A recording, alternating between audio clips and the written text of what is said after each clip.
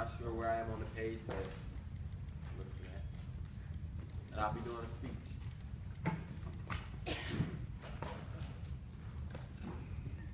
Between me and the other world, there is a never unasked question. Unasked by some through feelings of delicacy, by others through the difficulty of rightfully framing it. The question is, how does it feel to be a problem? That was a quote from the legendary, intelligent W.E.B. Du Bois on something that he wrote called The Souls of Black Folk.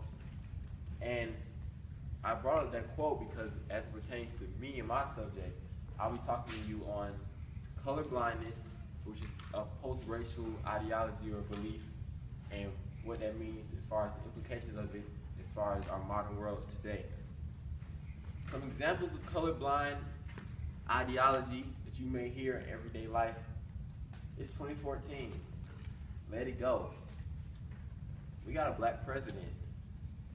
That's not a problem anymore. Those are some common things that you should look out for as it pertains to colorblindness and being able to point it out and spot it. I bet we can all agree that race is an uncomfortable topic for many, which is why it doesn't get handled correctly, and we try to kind of avoid discourse on it because people would like to think, at least, that avoiding the topic at all costs kind of helps the problem as far as the feelings and discrimination and all that kind of stuff. But in reality, you can't cover it up or just kind of ignore it because we see it every day. We see it in jobs, housing, education. We see it across the board, so it's hard to just completely ignore it, or we can act like we want to, but in reality, we're not healing any of the things that, any of the, I guess, racial sores or wounds that we've had over all the years.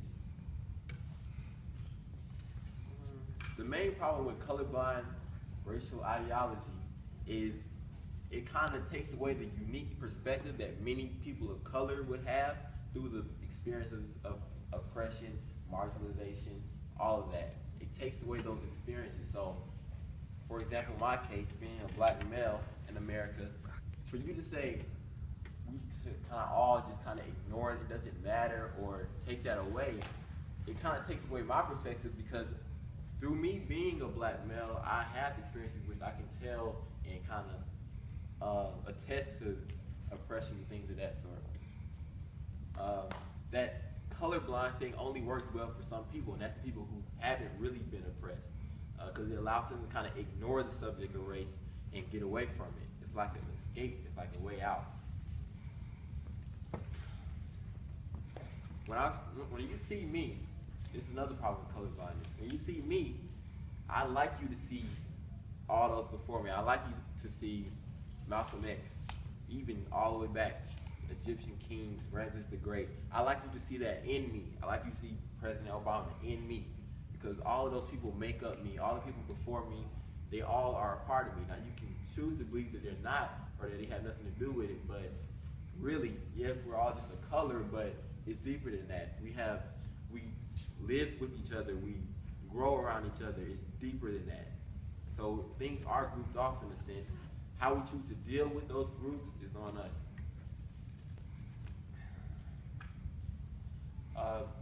Wrapping it up here. Color blindness leads to color muteness in a sense. So because we choose to want to be colorblind, sometimes that mutes the discussion on race, which I talked about earlier, as an issue because we're not really making any progress. We're kind of like trying to cover up something that's obviously a problem, and we're not going to get anywhere with that. Just some stats to throw out, and may surprise you, it may not. There was a survey that went out, and it said that 48% of white millennials thought that racism against, or discrimination against whites was just as big of a problem as it was against blacks. I don't know how you feel on that, but some of you may find it to be a little crazy. That almost half of the white millennials that they surveyed truly believe that racism against them was as big of a problem as it was on you. Might throw you off. Another statistic. 41% of white millennials said that the government pays too much attention to racial issues with minorities. So we're talking about affirmative action, things of that nature. They felt that 41% felt that the government does too much, and they kind of need to relax with all that. The bottom line is that colorblindness allows people to escape a sensitive issue. Race is almost like taboo today, or they try to make it as such. There are some people who don't let it go and will persist and continue to push for it and try to make strides in it. You shouldn't want to be colorblind because that kind of ignores people's heritage, cultures, tradition, history, everything that makes them up.